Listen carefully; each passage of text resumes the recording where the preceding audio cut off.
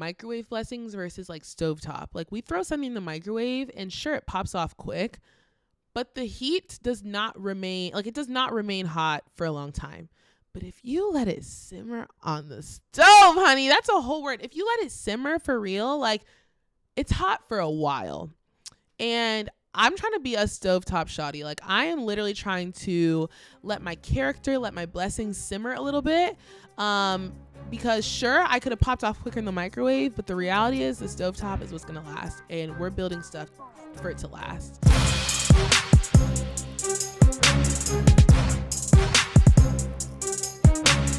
What's up, everybody, and welcome back to Do I Know You, which is the only talk show in the world that celebrates identity just through the lens of siblings and children of celebrities. I'm your host, Jordie Ray, and I am so glad that you're here for our first episode back of 2024. Okay, so the first thing you're probably noticing, besides how glowy my skin looks, thank you so much, is quite literally, where are you? The answer is I'm in my living room on the floor in my apartment, and I'm going to explain why this is happening. One of my goals for 2024 is to really lean into transparency and authenticity online. I feel like so many times we see people at the top, like top of the mountain, and we think overnight success, like smash hit, like if I don't blow up tonight, then that means I'm not cut out for this. And like that is just the biggest lie ever. And I feel like I'm actually contributing to it, or I kind of was last year. I don't want anyone to see me at my peak, whenever that is, and think that I was an overnight success. Like I am laying brick by brick, stone by stone, and I want to clue like my friends and family and the audience and viewers in to what that actually looks like. And I figured that this would be such a perfect time to do this because we are at the 1 year anniversary of Do I Know You, my baby girl. She's growing up, y'all. She's growing up. And I'm going to just do like some quick reflections on what this past year has been like. And I was like, let's just literally ground ourselves, quite literally on the ground. Let's ground ourselves and just consider like how far we've come. But also just be very transparent about what that's looked like. Like, y'all, I got my cup of tea. Like, we're really about to get into it.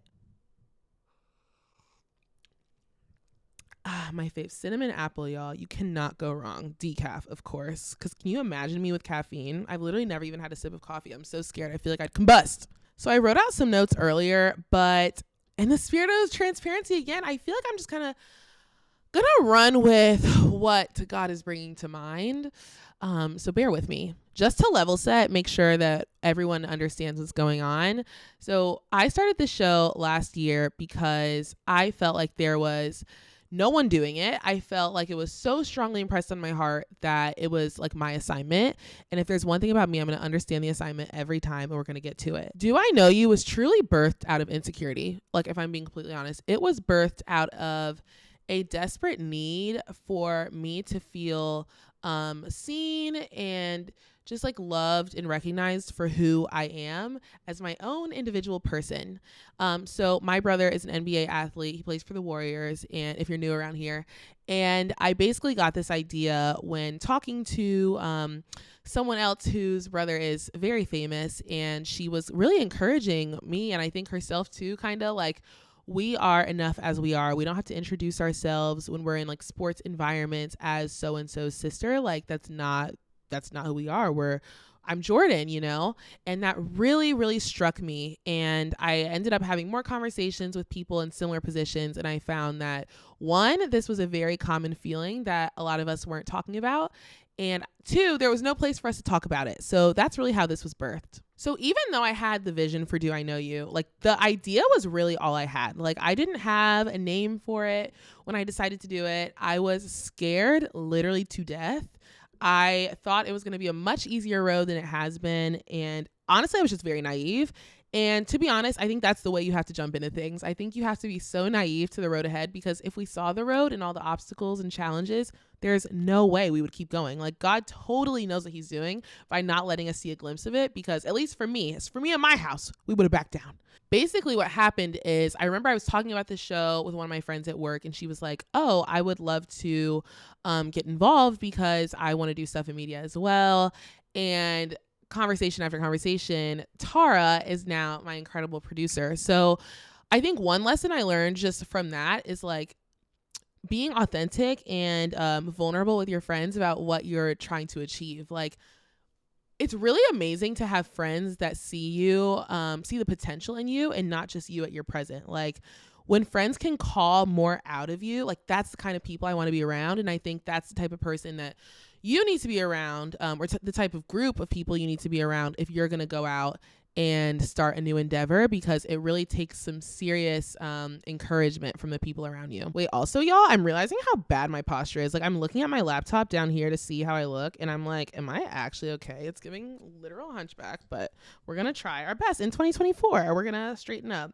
We're literally going to straighten up. So very transparently, I got the idea for Do I Know You in August.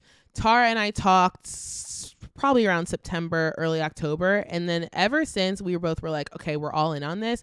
We worked every day. Like, y'all, Tara's the one that gave me the title of Do I Know You.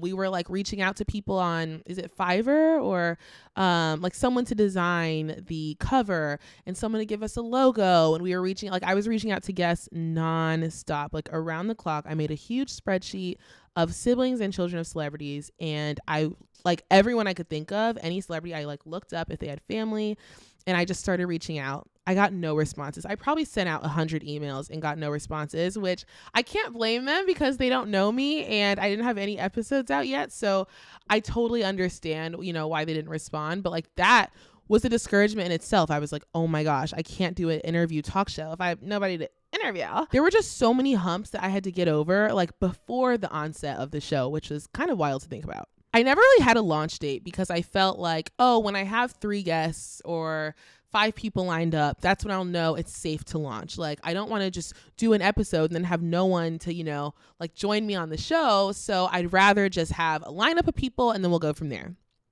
Okay, so here's another lesson. Like, that will never exist. If you wait for perfection to start like I was waiting for, you will never, ever, ever begin. Because the gag is, as I just mentioned, like, the only way I could get guests was if people saw I did an interview already and they could trust that I wasn't out to like Wendy Williams them about their family. You know what I'm saying? Like, love Wendy down, but that's not what the goal of the show is. So the only way, it's kind of like when you apply for a job. People want to see that you have job experience or like industry experience in whatever you're applying for, but the only way you can get the industry experience is if you get the job first. So it's just like the chicken or the egg. And so honestly, God like kind of blew my plan up of having like a roster, if you will, of people before I started. When I ended up launching the show, I had 1 interview done. That was it. There were plans for more. They fell through. People canceled. They ghosted me when we were supposed to have an interview. Like, no tea, no shade, but my plans, like, they literally fell through. And so I was kind of led to a place of complete and total reliance on 2, but kind of 1 thing. The first thing was God. Like, I had to trust that he was good and that he wasn't going to lead me out here to embarrass myself. And then I think I also had to trust the vision that I heard, right? Like, I was like, oh my gosh, I misheard. This is so niche. I don't know, maybe this isn't the right path. Maybe this isn't the right way. And I really had to trust that, no, like, this is the right thing, but this is just the natural tension of going after the things you're called to. You experience such a, oh my gosh, such like a heavy burden of just wanting to make it happen for yourself. But the reality is so much is out of our control when it comes to launching new things that you can't rely on yourself. It's actually impossible. Also, one other point. So for guests, I will say, like, I was very privileged because I already knew people in this position just because of people who I've been around or, from Warriors games or whatever. And one of the first people that came to mind besides my own siblings was Gia Cook, who actually ended up being the first interview. And Gia she's been a friend of mine for years. And I knew that I could reach out to her and that she would, trust me. And she's so entertaining, as y'all have seen if you've watched her interview. And she became my first interview. And I'm just so immensely grateful for her yes, because that actually opened the door to other guests. And like, I couldn't launch without a guest. Like, she was my very first guest. So another lesson, I guess, as I'm sprinkling them in, is just like having people that believe in you at the very beginning point and can invest in you is huge. And that's what we have to be doing for other people, like, I don't know. It's really easy to go with the big name or the person with a million followers, like the huge platform. But they had to start from one follower at some point too. And so I think it's really beautiful when we can invest in other people while they're still small. Because of course, like, I feel like, okay, I'm just thinking out loud here, but if I have a million followers, just very transparently, 100 more followers, like, it's not, every person matters, but you know what I'm saying? Like, it's not like it's going to swing me one way or another. Whereas if I'm at 10 subscribers, like 100 more people is huge. And so I just think that's what the impact of investing in people at the smaller, earlier stage can do. And like, I will always be, I'm so immensely grateful for Gia and every single guest I had this last year, because they invested in me while I'm still small, while I'm still experimenting. Like, and that is, I could cry right now thinking about it, because it meant so much to me, even if it was just an hour of their time. And like, it was, you know, not meaningless, but like just like some small thing to them. Like, it's so huge to me. And I'm just so deeply, deeply grateful for that. And that's something I want to like impart upon others. Like, I want to invest while people are still small, because I know how that felt and how that catapulted my show. After I launched, I thought things were going to be sweet. Like, I really thought that, naive baby, 22-year-old me. I mean, I'm still literally a fetus, but I really believed that I would put out my first if we're being honest here, and that's why I'm on the ground. That's why I'm in my living room. Like, I'm just trying to, like, I don't even want to be in front of the set right now, because I really want y'all to like see me like so transparently right now. I really thought I was going to put out my first episode. I thought not the news critics, but like, I don't know. I just thought people would flock in and be like, I want to be on the show, come in to watch all the things, because I know how special this is. But isn't that how everyone is? Like, you don't start a business, you don't start an idea, you don't go after a project if you don't think it's special. Like, if you don't think it's the coolest thing ever, then how can I convince you? You know, how can you convince me that it's the coolest thing ever? So I was like very ready for all that to come in, and it didn't. And honestly, it didn't shake me at the beginning, because I love this so much and I'm having so much fun. So I was like, oh, okay. I was like, period. Early adapters, shout out my mom, shout out everyone who came to my launch party. Like, I was cool. But then it started getting a little tougher, because I would book guests and then they wouldn't show up, or I would record an interview and then it wouldn't go out, or like, there were just so many things that happened behind the scenes. And because Do I Know You was birthed out of what I thought was like there was just a necessity for like a safe space for perspectives like these and for everyone. And so the last thing I want to do is make any guest feel uncomfortable. That's not what I'm in the business of doing, because I have to sleep with myself at night. And so if a guest didn't want an interview to go out, if they didn't feel ready to, you know, have the spotlight on them, or if they, I don't know, basically that was the reason. Like, we didn't put it out. And that, I think, is a huge benefit of being small. Like, I'm not bound to a network's schedule where I'm like, I have to do. Like, I could just say, okay, this is really tough. This really hurts, because I love you and I want the world to love you too. But I never want to compromise my values or my integrity or the integrity of the show for some clicks. Like, I'm just so uninterested in that. So those were like the hurdles that I had to keep getting over, I would say, the first like 3 months. And then I learned another lesson, which I feel like I'm still learning, is slow growth is still growth. I'm a consultant, so numbers are what we anchor everything on. And, I don't know. We talk a lot about data points, and if the data isn't showing that the people are coming in, naturally, logically, keyword logically, that means they don't want it, period. Like, hang it up. And so I kind of subscribed to that for a little bit. I was like, oh my gosh, like, I don't know how to promote this. I'm a host. I'm not a social media branding expert. I'm not a strategist. Like, I don't know. I'm not a content wizard. Like, I was like, I don't know how to promote this besides what I'm doing. And I was like, okay, well, if I'm doing everything I know how to do, and I feel like it's still really small when I expected it to be bigger, that must mean that people don't want this. And that is a lie. Okay. Slow growth is still growth. We live in a time of overconsumption. We live in a time where literally everyone has a podcast, and I'm so guilty of it. I literally have two. But like, we just live in a time where there's so much content out there. It's hard to get to, you know, your niche or your audience. And I had to stop perceiving obstacles as signs to stop and just perceive them as what they are. Obstacles are obstacles. They're things to overcome. They're things to, you know, jump over and leap over and literally have someone throw you over, as I did in many times. Like, it's not a sign from God to stop. If God wants you to stop, he'll make it clear that you need to stop. But I never got that word from him. And so I really had to lean into my community, my friends, my family, and my mentors, and just trust that, like I said at the beginning, I heard God, right? And I got the vision. Like, I know. And so I don't know. I feel like I just wanted to share that because I don't know. I just want like an archive for myself to see like the growth in, like not even in 5 years, next year, by the end of this year. Like, it's really cool. You know, people say fall in love with the journey, and I hate that phrase because it's so overplayed, and I'm like, but I want the destination. But it's like, I kind of am starting to understand, because this journey is so tough that if you're not in love with the journey, like, what are we doing here, you know?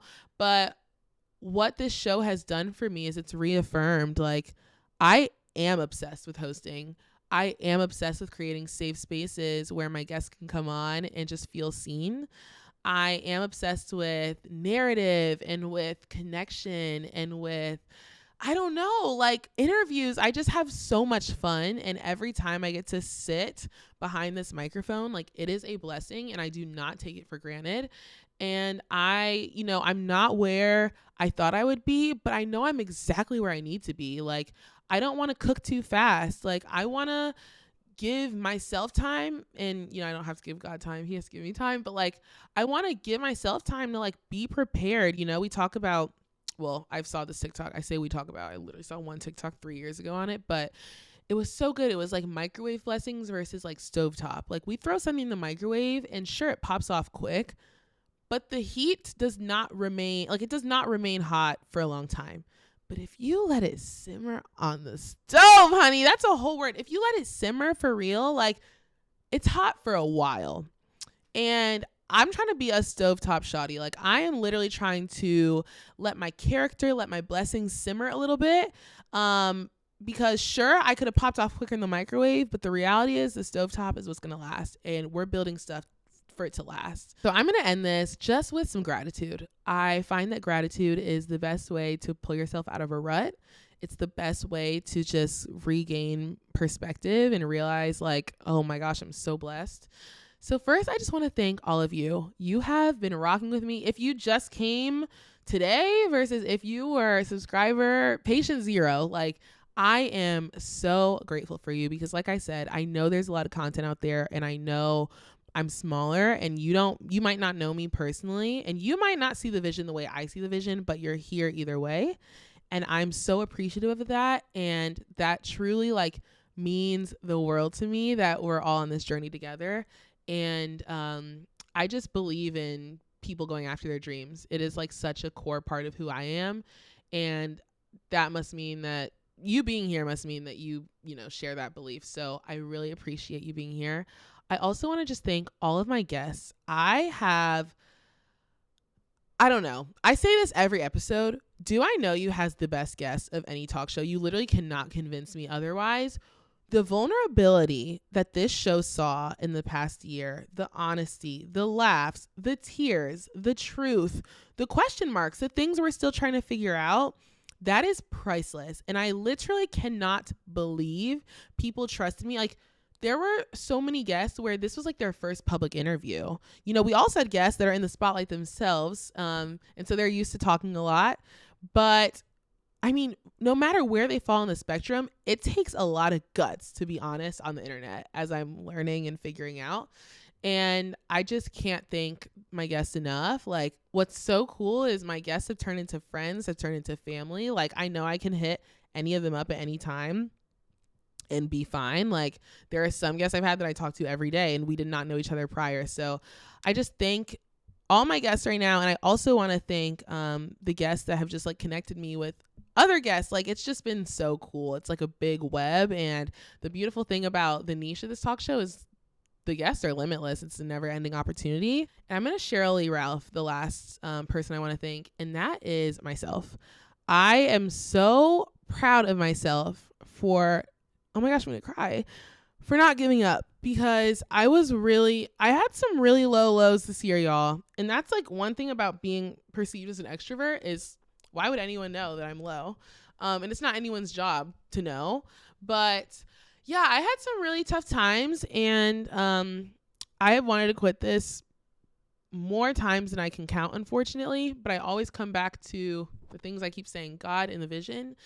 And God did not let me give up. Like I've said this before, but there's a line in the song that was like, I threw in the towel and God threw it back. And that is the story of my life on this show. And so I'm just grateful that I trusted him and that I trusted myself to carry this vision, because the reality is, like, if God wants something done, y'all, he'll make sure it gets done. If you don't want to do it, if you don't want to do your assignment, he'll give the assignment to somebody else. And it would make me sick seeing someone else do this when I knew that that it was possible for me to do. So I got to give myself a pat on the back, because I'm really proud, and I'm really proud I didn't cry, because this is some new mascara, y'all. But I'm just really hopeful for this year. I am not worried about the numbers. I'm not concerned. I'm really committed to the honesty and transparency of the journey. Like I'm doing that on my TikTok as well. And I'm just glad you're here for the ride. So thank you all for coming, for watching my little Jordie's journal, my TED Talk, my Jordie rants. I don't know what we're calling this, but I'm just immensely grateful. And we will see you so soon for an interview. This month is going to be tough, y'all. The content is actually going off the charts, so I can't wait. Cheers to you. Mwah. And happy birthday, Do I Know You? I love you, girl. Bye, y'all.